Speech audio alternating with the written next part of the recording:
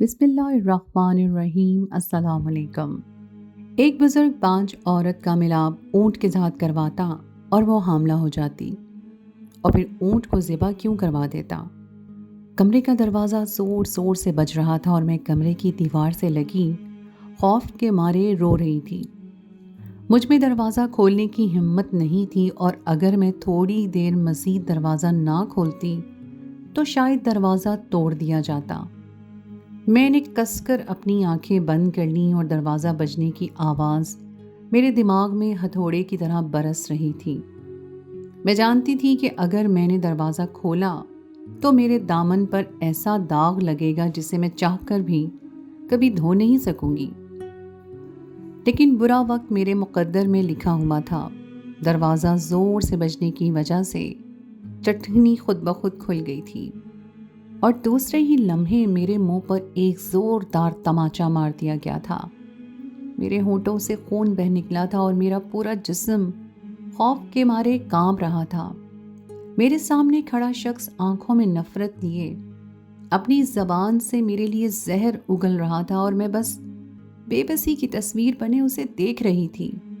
اس سے پہلے کہ وہ میرے ساتھ زیادتی کر جاتا، میں نے اس کے ہونٹوں پر اپنا ہاتھ جما دیا اور التجا کی کہ میرے ساتھ ایسا ظلم نہ کیا جائے۔ میں نے اس ظالم انسان کے آگے اپنے ہاتھ جوڑ دیے اور کہا کہ مجھے اس طرح اپنی زندگی سے نہ نکالے۔ میں ڈر گئی تھی زمانے سے، لوگوں کی باتوں سے اور اپنے آنے والے مستقبل سے۔ میں جانتی تھی کہ میں ایک بے سہارا لڑکی ہوں اور یہاں سے نکل کر سوائے بربادی کے مجھے اور کچھ حاصل نہیں ہوگا۔ اس کے پیچھے کھڑی گھنگریالے بالوں والی عورت نے مجھے بالوں سے پکڑ کر کھینچا اور نفرت سے کہنے لگی، اپنی یہ ڈرامے بازی بند کرو۔ میں اور میرا بیٹا تمہیں پچھلے 2 سال سے جھیل رہے ہیں اور اب اس سے زیادہ ہمارے بس میں نہیں ہے۔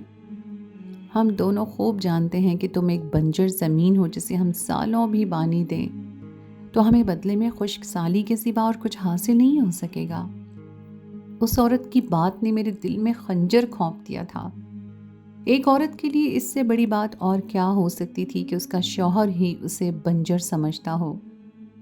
میں نے روتے ہوئے اپنی ساس اور شوہر سے فریاد کی کہ مجھے 6 مہینے کا وقت اور دے دیں۔ میں اس 6 مہینے میں یہ ثابت کر دوں گی کہ میں بنجر زمین نہیں ہوں۔ میری بات سن کر میرے شوہر نے میرے قدموں میں تھوک دیا اور کہنے لگا، تجھ جیسی عورت تو تھوکنے کے لائق بھی نہیں، جس سے میں 2 سال سے جھیل رہا ہوں۔ جب تو 2 سال میں مجھے اولاد نہ دے سکی تو 6 مہینے میں کیسے دے گی؟ میں ہر درگاہ پر جاؤں گی، ہر مزار پر چادر چڑھاؤں گی، خدا کے حضور رو رو کر فریاد کروں گی۔ وہ میرا دکھ، میری فریاد ضرور سن لے گا۔ میری بات سن کر میری ساس نے کہا، ٹھیک ہے، ہم تیری یہ بات مان لیتے ہیں۔ ہم نے تجھے 6 مہینے دے دیے اور اگر اس 6 مہینے میں تیرے بطن سے اولاد پیدا نہ ہوئی تو ہمیشہ کے لیے اپنی شکل یہاں سے گم کر لینا۔ وہ دونوں ہی مجھے روتا بلکتا چھوڑ کر کمرے سے نکل گئے تھے۔ کمرہ کیا تھا، ایک چھوٹا سا کباڑ خانہ تھا جو گھر کے پیچھے بنا ہوا تھا۔ میں طلاق کی ڈر سے یہاں کر چھپ گئی تھی۔ مجھے اپنے شوہر کا ہر ظلم برداشت تھا، لیکن میں طلاق کا دھبا لے کر واپس اپنے میکے نہیں جانا چاہتی تھی۔ میں نے بنا سوچے سمجھے طلاق سے بچنے کے لیے 6 مہینے کا وقت تو مانگ لیا تھا، لیکن میں خود اس بات سے ناآشنا تھی کہ اس 6 مہینے میں کیسے ماں بن سکتی ہوں۔ جب 2 سال میں بھی میری اولاد نہیں ہوئی تو 6 مہینے میں کیا ہوگا؟ میں سسکتی ہوئی دیوار کے سہارے فرش پر بیٹھ گئی۔ بانجھ بانجھ بانجھ، یہ لفظ میری زندگی کو کھا گیا تھا۔ گزرے 2 سالوں میں میں نے ہر صبح ہر شام اس لفظ کی تکرار کو سنا تھا اور اپنے دل میں محسوس کیا تھا، اور اب میرا حال ایسا تھا کہ میں اولاد کے لیے کسی بھی حد تک جا سکتی تھی۔ میری بیوہ ماں نے بہت مشکل سے گھر کا کچھ سامان اور اپنا تھوڑا بہت زیور بیچ کر مجھے رخصت کیا تھا۔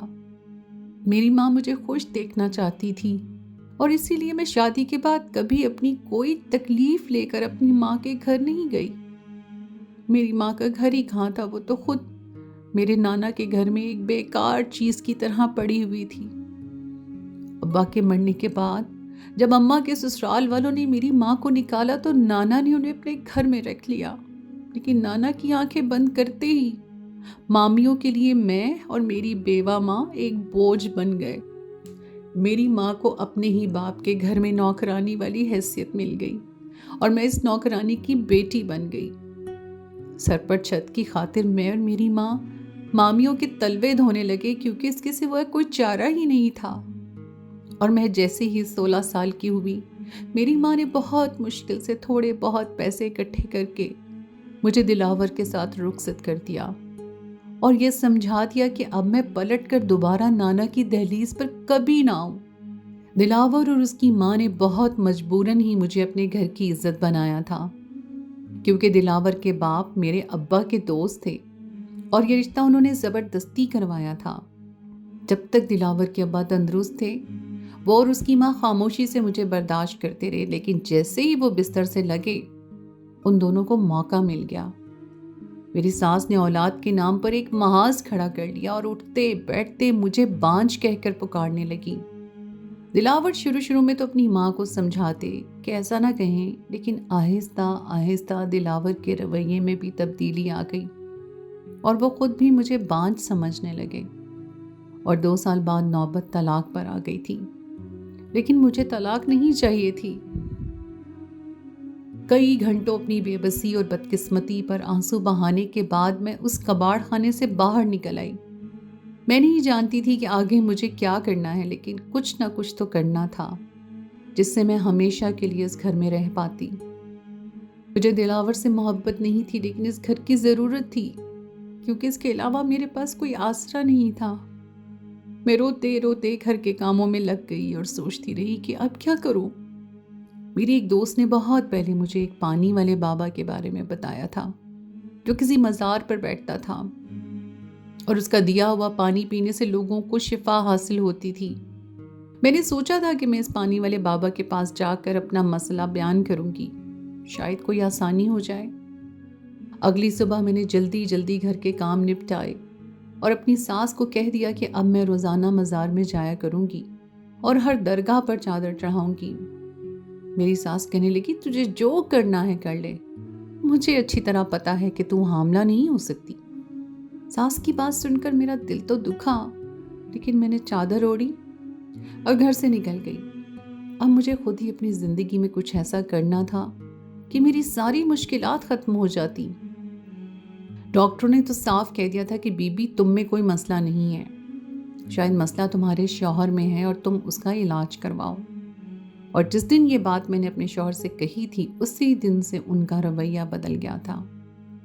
पहले तो वो मेरी सास को समझाते थे, लेकिन मेरी बात सुनकर वो खुद मेरे ही खिलाफ हो गए और उस दिन से उन्होंने ना सिर्फ मुझे बांझ कहना शुरू कर दिया, बल्कि तलाक देने की दरपे हो गए। अपनी सोचों में मगन मैं बाजार में पहुंची तो कुछ ही दूर मुझे एक मज़ार नजर आया और वहां लोगों की एक भीड़ थी जो बाबा के पास आई हुई थी। मेरा नंबर तो न जाने कब आना था। मैं खामोशी से वहीं मज़ार की सीढ़ियों में बैठ गई। एक औरत मुझे देखकर मेरे पास आई। उसकी हालत कुछ अजीब सी थी, बाल बिखरे हुए थे, कपड़े भी मैले थे। ऐसा लगता था जैसे वो काफ़ी अरसे से इसी मज़ार पर पड़ी हो। मुझे देखकर कहने लगी, मुझे बता, तुझे क्या परेशानी है? मैं काफ़ी सालों से यहाँ हूँ और लोगों की तकलीफ़ों को हल करती हूँ। पता नहीं क्यों मेरा दिल इस कदर परेशान था कि मैंने रोते हुए उससे अपनी तकलीफ़ बयान करती। मेरी बात सुनते ही वो मुस्कुराई, कहने लगी, ये तो कोई बड़ी बात ही नहीं है। रोज़ यहाँ तेरे जैसी कितनी लड़कियाँ आती हैं जो बेऔलादी का दुख उठा चुकी हैं। आज तक मैंने पता नहीं कितनी बांझ औरतों को औलाद दिलवाई है। तेरे मसले का हल भी मेरे पास है। उस औरत की बात सुनकर मैं हैरान रह गई कि जो मसला मेरी जिंदगी के लिए वबाल बन गया था, वो इतनी आसानी से उसके हल की बात कर रही थी। उसने बताया कि यहाँ से कुछ दूर एक गांव है जहाँ एक बुजुर्ग मौजूद है और वो अपने ऊंटों के जरिए बांझ औरतों का इलाज करता है। मैंने हैरत से पूछा कि ऊंट के जरिए इलाज कैसे हो सकता है और ये सब कैसे मुमकिन है? मैं तो 2 सालों से औलाद के लिए बहुत परेशान हूँ। वो कहने लगी, बेटा, मुझसे पूछने से अच्छा है तो खुद उस बुजुर्ग से जाकर मिल ले, तुझे तेरे हर सवाल का जवाब मिल जाएगा। और तेरी परेशानी भी खत्म हो जाएगी। अंधा क्या चाहे, दो आंखें। उस बुजुर्ग का पता मिलते ही मैं भी उस गांव तक पहुंच गई। वो गांव ज्यादा दूर नहीं था, बल्कि मजार के पीछे से एक रास्ता निकलता था। थोड़ी दूर जाकर ही एक छोटा सा गांव था। गिनती के 10-12 कच्चे मकान बने हुए थे। एक घर के बाहर 2 छोटे छोटे ऊंट खड़े थे। मैंने सोचा कि यही घर होगा। मैंने बिना सोचे समझे उस घर का दरवाजा बजाया तो अंदर से एक बुजुर्ग बाहर आए। मैंने अपना मुंह चादर में छुपाया हुआ था। मुझे देखकर कहने लगे, बेटी औलाद की गर्ज से आई हो? मैंने फौरन ही सर हिलाकर कह दिया कि जी हाँ, मुझे औलाद चाहिए। उसने सर से पांव तक मेरी तरफ देखा और कहने लगा, हर चीज़ की एक कीमत होती है और तेरे इलाज की भी तुझे एक कीमत चुकानी होगी। मैंने कहा, बाबा मेरे पास आपको देने के लिए ज़्यादा कुछ नहीं, अलबत्ता मेरी वालदा ने मुझे ये सोने की एक चेन दी थी, ये मैं आपके हवाले कर देती हूँ, लेकिन मुझे औलाद चाहिए वरना मेरा शौहर मुझे छोड़ देगा। वो बुजुर्ग कहने लगे, बेटा तुझे औलाद मिल जाएगी, लेकिन इसके लिए तुझे बहुत कुर्बानी देनी होगी। मेरा इलाज आसान नहीं, बहुत मुश्किल है और उसके लिए औरत को मजबूत होना पड़ता है। तुझे ऊंट से मिलाप करना होगा और इसी सूरत तेरा इलाज मुमकिन हो सकेगा। ऊंट से मिलाप? उस बुजुर्ग की बात सुनकर मेरे होश उड़ गए। कोई औरत ऊंट से किस तरह मिलाप कर सकती थी? वो बुजुर्ग मेरे चेहरे के रंग देखकर जान गए कि मैं क्या सोच रही हूँ। वो कहने लगे, बेटी इंसान को अपनी मनचाही चीज़ हासिल करने के लिए हमेशा बहुत बड़ी कुर्बानी देनी पड़ती है। इसी तरह औरत के लिए औलाद बहुत अहम चीज़ है और इसके लिए तुम्हें अपने नफ्स की कुर्बानी देनी पड़ेगी। मुझे लगा था वो मुझसे बहुत ज़्यादा पैसे मांगेंगे या फिर कोई कीमती चीज़, लेकिन उन्होंने तो बहुत ही अजीब बात कह दी थी जिसे सुनकर ही मेरे रोंगटे खड़े हो गए थे। बुजुर्ग कहने लगे, बेटी अच्छी तरह सोच लो और फिर ही इलाज शुरू करवाना, क्योंकि एक दफ़ा इलाज शुरू हो गया तो फिर तुम्हें उसको हर हाल में पूरा करना होगा। मैंने बुजुर्ग से सोचने के लिए कुछ वक्त मांगा और वापस लौट आई। सारा रास्ता मेरे दिलो दिमाग में जंग जारी रही। ये एक गैर फितरी सी बात थी और मेरे लिए बिल्कुल भी आसान नहीं थी। जैसे ही मैं घर में दाखिल हुई तो मेरी सास मुझे देखकर तंजिया हंसी और कहने लगी, बहुत तीर मार आई हो, लगता है मज़ार पर चादर चढ़ाकर तुम हामला हो गई हो। उनके अंदाज में ऐसी चुभन थी कि मुझे अपनी रूह तक छलनी होती हुई महसूस हुई। मैं उन्हें नज़रअंदाज करते घर के कामों में मसरूफ़ हो गई और वो बस मुझे अजीब सी नज़रों से देखती रही, जैसे खोजना चाहती हो कि मैं सारा वक्त कहाँ और क्या करके आई हूँ। रात गई, मेरे ससुर की तबीयत अचानक बिगड़ गई और दिलावर उन्हें लेकर हॉस्पिटल भागे। लेकिन अगली ही सुबह किसी क़यामत की तरह आई, क्योंकि मेरे ससुर खालिक हकीकी से जा मिले थे। एक वही थे जिनकी वजह से मैं अब तक इस घर में टिकी हुई थी और अब वो आसरा भी मुझसे छिन गया था। मेरी सास ने मुझे साफ लफ्ज़ों में अपने शौहर की मैयत पर ही कह दिया कि तुम सिर्फ 40 दिन मजीद इस घर में हो, उसके बाद तुम्हारी इस घर में कोई जगह नहीं। मैं जो ससुर के इंतकाल पर सदमे में थी, अपनी सास की इस बात पर चौंक गई। वो इतनी संगदिल थी कि उन्हें इस बात का एहसास भी नहीं था कि वो अपने शौहर की मैयत पर बैठी हैं। इस मौके पर भी उनके दिल में मेरे लिए सिर्फ बुग़्ज़ ही मौजूद था। मैंने हैरानी से उनसे कहा कि आपने मुझे 6 महीने का वक्त दिया था। वो कहने लगी कि तुम्हारे ससुर के साथ साथ वो वक्त भी ख़त्म हो गया, अब तुम सिर्फ 40 दिन इस घर में हो, उसके बाद मैं खुद धूमधाम से अपने बेटे की शादी करवा दूंगी। मैंने एक नज़र मर्दों में खड़े अपने शौहर पर डाली, जो अपने बाप की मौत पर अफसरदा नजर आ रहे थे। शादी की पहली रात उन्होंने मुझसे मोहब्बत का इजहार तो नहीं किया था, मगर वो मुझसे नफरत भी नहीं करते थे। लेकिन मेरी बे औलादी ने उन्हें मुझसे नफरत करने पर मजबूर कर दिया था। अगर मेरी औलाद हो जाती तो मेरा घर बच सकता था, क्योंकि मैं जानती थी कि दिलावर दिल के बुरे नहीं हैं। लम्हों में ही मैंने फितरत के खिलाफ जाने का फैसला कर लिया था। कभी कभी कुछ पल जिंदगी में ऐसे आते हैं जो आपसे मुश्किल फैसले लम्हों में करवा देते हैं, और ये भी एक ऐसा ही लम्हा था। अगले दिन मैं दिलावर के काम पर जाते ही मज़ार का कहकर घर से निकल गई और सीधी उस बुजुर्ग के पास पहुंच गई। मुझे देख के वो मुस्कुराए और कहने लगे, मुझे तुम्हारा ही इंतज़ार था और मैं जानता था कि तुम दोबारा ज़रूर आओगी। आज उस बुजुर्ग के घर के बाहर सिर्फ एक छोटा ऊंट बंधा हुआ था। वो उसे पकड़कर मेरे करीब लाए और कहने लगे, तुम इसे अपने हाथ से खाना दो और इसकी खिदमत करो। पहले एक हफ्ता तुम्हें इस ऊंट की अच्छी तरह देखभाल करनी होगी। तुम रोज सुबह यहाँ आओगी और शाम तक इस ऊंट के साथ वक्त गुजारोगी ताकि ये तुम्हारे करीब आ जाए, और फिर ही इसका और तुम्हारा मिलाप मुमकिन हो सकेगा। और एक हफ्ते तक मैं तुम्हें एक पाउडर दूंगा। उस पाउडर को तुम्हें अपने शौहर को किसी भी चीज़ में मिलाकर खिलाना होगा। उसके खाने से वो तुम्हारा गुलाम हो जाएगा और तुम इस ऊंट के साथ आसानी से मिलाप कर सकोगी। मेरे लिए एक हफ्ते तक ऊंट की देखभाल करना कोई मुश्किल काम नहीं था। मैंने मिलाप वाली बात को जहन से निकाल दिया और ऊंट के साथ खुशी खुशी वक्त गुजारने लगी। साथ ही पाउडर भी अपने शौहर को दूध में डालकर पिलाने लगी। मैंने अपने शौहर के रवैये में तब्दीली महसूस की थी। वो मुझसे औलाद के बारे में कुछ नहीं कहते थे, बल्कि एक दो दफ़ा तो मुझे मुस्कुरा कर बात की, तो ये बात मेरे लिए बहुत हैरान कुन थी। वो छोटा सा ऊंट भी 4 ही दिन में पूरी तरह मुझसे मानूस हो गया। जैसे ही मैं 5वें दिन उसके करीब गई तो वो खुद ही मोहब्बत से अपनी ज़बान से मुझे चाटने लगा। उन 5 दिनों में मुझे भी उस ऊंट से इतनी मोहब्बत तो हो गई थी कि मुझे उसका ये चाटना भी बुरा ना लगा, बल्कि इस हरकत ने मेरे दिल में अजीब से जज्बात पैदा कर दिए। जब से मैंने ऊंट की देखभाल शुरू की थी, मुझे लगता था कि जैसे मुझे बहुत सुकून महसूस हो रहा हो।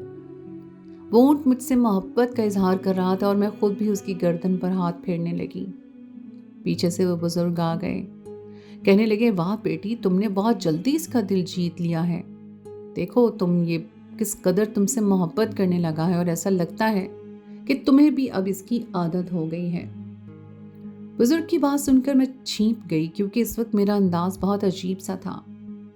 बुजुर्ग कहने लगे, बस 2 दिन और इसी तरह इस ऊंट की खिदमत करो और फिर तुम्हारे मिलाप का वक्त आ जाएगा। 2 दिन भी पर लगाकर उड़ गए और उन 2 दिनों में मेरे लिए एक एक पल गुजारना मुश्किल हो गया।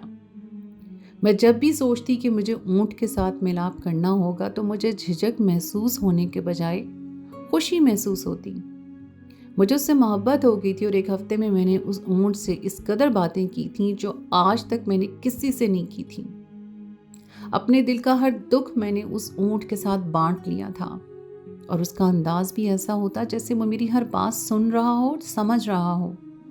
आज इलाज का आखिरी दिन था और सुबह सुबह घर से निकलते हुए मुझे इस बात की खुशी थी कि आज बुजुर्ग का अमल पूरा होने जा रहा है और मैं जल्द ही हामला होकर अपने शौहर को औलाद की खुशी दे दूंगी। इसी खुशी से सरशार मैं बुजुर्ग के आशियाने पर पहुंच गई थी।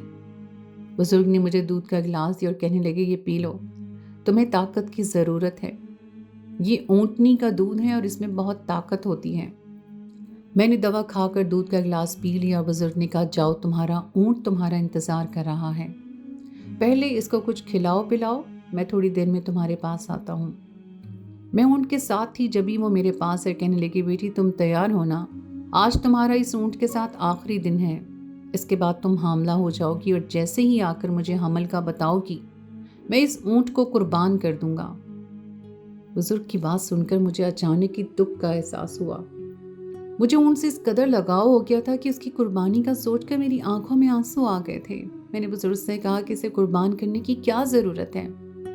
बुजुर्ग मुस्कुराए, कहने लगे, मैंने तुमसे कहा था ना, खुशी हासिल करने के लिए कुर्बानी देनी पड़ती है, तुम्हें भी कुर्बानी देनी होगी। बुजुर्ग की बात सुनकर मैं पूरी तरह खामोश हो गई थी। दिलावर से कहीं ज्यादा तो मुझे ये ऊँट अजीज हो गया था।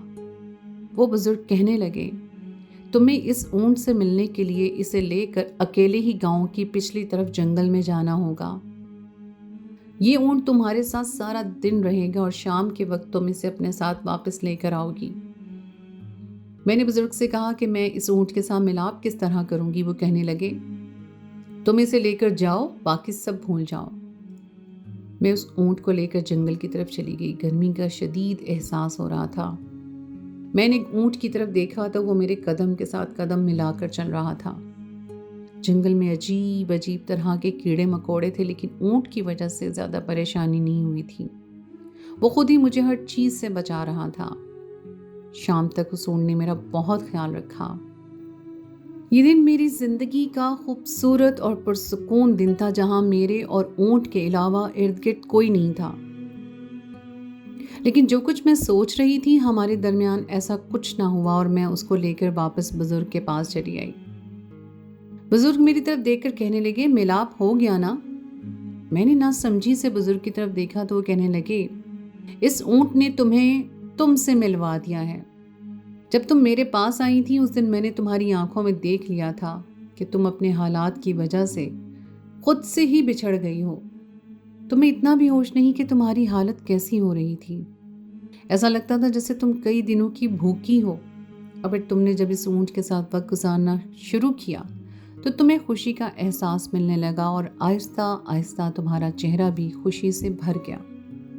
मैं जो पाउडर तुम्हें देता था वो दरअसल तुम्हारे शौहर का इलाज था, क्योंकि कमी तुम में नहीं तुम्हारे शौहर में थी। इलाज की ज़रूरत तुम्हें नहीं उसे थी, लेकिन ये बात उसकी मर्दानगी को कबूल नहीं थी। मैं चाहता था कि तुम अपने आप से मिलो, पुरसुकून रहो, अपनी ताकत बहाल करो ना, ताकि जब अपने शौहर के करीब जाओ तो हमल ठहर सके। एक औरत के लिए हामला होने के लिए ज़रूरी है कि वो पुरसुकून हालत में अपने शौहर से मोहब्बत करे और उसके साथ वक्त गुजार सके। ऊँट इंसान का बहुत अच्छा दोस्त बन जाता है और इस एक हफ्ते में तुम दोनों में इतनी दोस्ती हो गई कि तुमने अपने दिल का हर दर्द इसके साथ बांट लिया और खुद पुरसुकून हो गई। जो पाउडर मैंने तुम्हें दिया था उससे तुम्हारे शौहर का इलाज एक हफ्ते में मुकम्मल हो गया है, क्योंकि वो एक ख़ास किस्म की जड़ी बूटी का पाउडर है और मुझे यकीन है कि तुम इस महीने हामला ज़रूर हो जाओगी। अब तुम अपने घर जाओ और खुदा से दुआ मांगती रहो। ये ऊँट मेरे पास अमानत है। जब तुम हामला हो जाओगी तो मैं इसे अल्लाह की राह में कुर्बान कर दूंगा और इसका गोश्त गरीबों में तकसीम हो जाएगा। मैंने नम आंखों से अपने ऊँट की तरफ देखा तो कहने लगे, बेटी कभी कभी इंसान को औलाद की खातिर कुर्बानी देनी पड़ती है, लेकिन याद रखना कि इस ऊँट ने तुम्हें दोबारा जीना सिखा दिया है। जो खुशी तुम्हें उसके साथ मिलती थी उस खुशी को दोबारा खोने ना देना। मैं घर वापस लौट आई थी। दिलावर का बदला हुआ रवैया मुझे समझ आ गया था। मैं खुद खुश रहने लगी थी, इसलिए दिलावर को भी खुशी मिली थी, वरना अपनी सास की बातें सुनकर मैं इस कदर परेशान रहती कि दिलावर को मेरा चेहरा देखकर ही गुस्सा आ जाता। मैंने दिन रात खुदा से दुआ मांगी और 1 महीने बाद मुझे वो खुशखबरी मिल गई जिसके लिए मैं 2 साल से तड़प रही थी। दिलावर की खुशी की इंतहा न रही थी और मेरी सास हैरान रह गई थी। उनके सारे अरमान मिट्टी में मिल गए थे जो उन्होंने अपने बेटे की दूसरी शादी के लिए सजा रखे थे। मैंने बुजुर्गों को अपने हामला होने की इत्तला दी तो उन्होंने मेरे सामने ही ऊँट को कुर्बान कर दिया और मुझे बहुत सारी दुआओं के साथ रुखसत किया। मैं दोबारा से खुश रहने लगी थी। वो बुजुर्ग मेरे लिए तो अल्लाह की तरफ से किसी इनाम की तरह थे, जिन्होंने मेरी ज़िंदगी की सबसे बड़ी कमी को पूरा करके मुझे दोबारा जीना सिखा दिया था। हालात कैसे ही क्यों ना हो, हमें खुश रहना सीखना चाहिए, क्योंकि हमारा रवैया, हमारी सोच ही हमारे मुश्किल हालात में हमें आगे बढ़ने का हौसला देता है। और ये बात भी मैं जान गई थी कि हामला होने के लिए औरत का ज़हनी तौर पर पुरसुकून होना किस कदर ज़रूरी है। कमी मुझ में नहीं मेरे शौहर में थी, लेकिन उनकी मर्दानगी ने उन्हें इस बात को कबूल करने की इजाज़त न दी।